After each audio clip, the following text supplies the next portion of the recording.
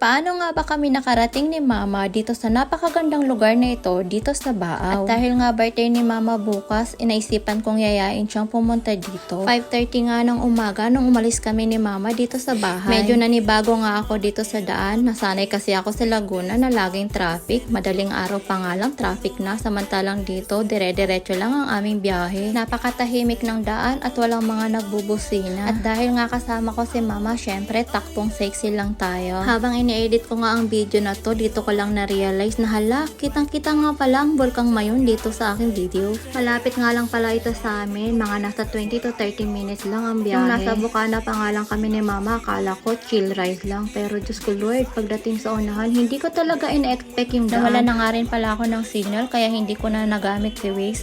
Buti na nga lang may nakasalubong kami ni Mama na grupo ng mga nagbibisikleta. Tinanong ko nga sila kung malapit na ba kami, kaso ang sabi nila malayo pa daw kami. Medyo kinakabahan na nga ako sa daan, hindi para sa sarili ko kundi para kay Mama. May isang parte nga dito na sobrang palusong kaya ibinaba ko na si Mama. Sabi ko antayin ko na lang siya sa baba. At buti na nga lang may isang motor na dumaan, akala siguro nasiraan ako. At eto na nga yan si Kuya yung nasa unahan ko.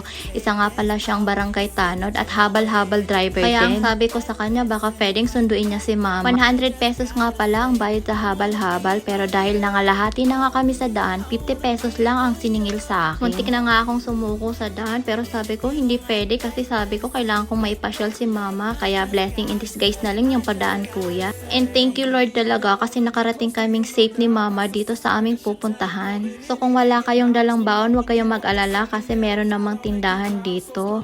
Ito nga pala yung entrance fee. 10 pesos naman ang bayad sa parking at 10 pesos din kung gusto mong mag-CR. At kahit saan ka talaga magpunta dito sa Bicol, talagang nangunguna ang Bulkang Mayon. Sobrang kaakit-akit niya. Hindi pa ako nakakarating ng New Zealand pero feeling ko nasa New Zealand ako. Ang sarap ng hangin, sobrang fresh na fresh talaga. Sikat na sikat ang araw pero nilalamig talaga ako. Simula nga nung dumating ako dito sa Bicol, galing Laguna, halos araw-araw umuulan. Buti na lang talaga ngayong araw, pinagbigyan kami ni Mama.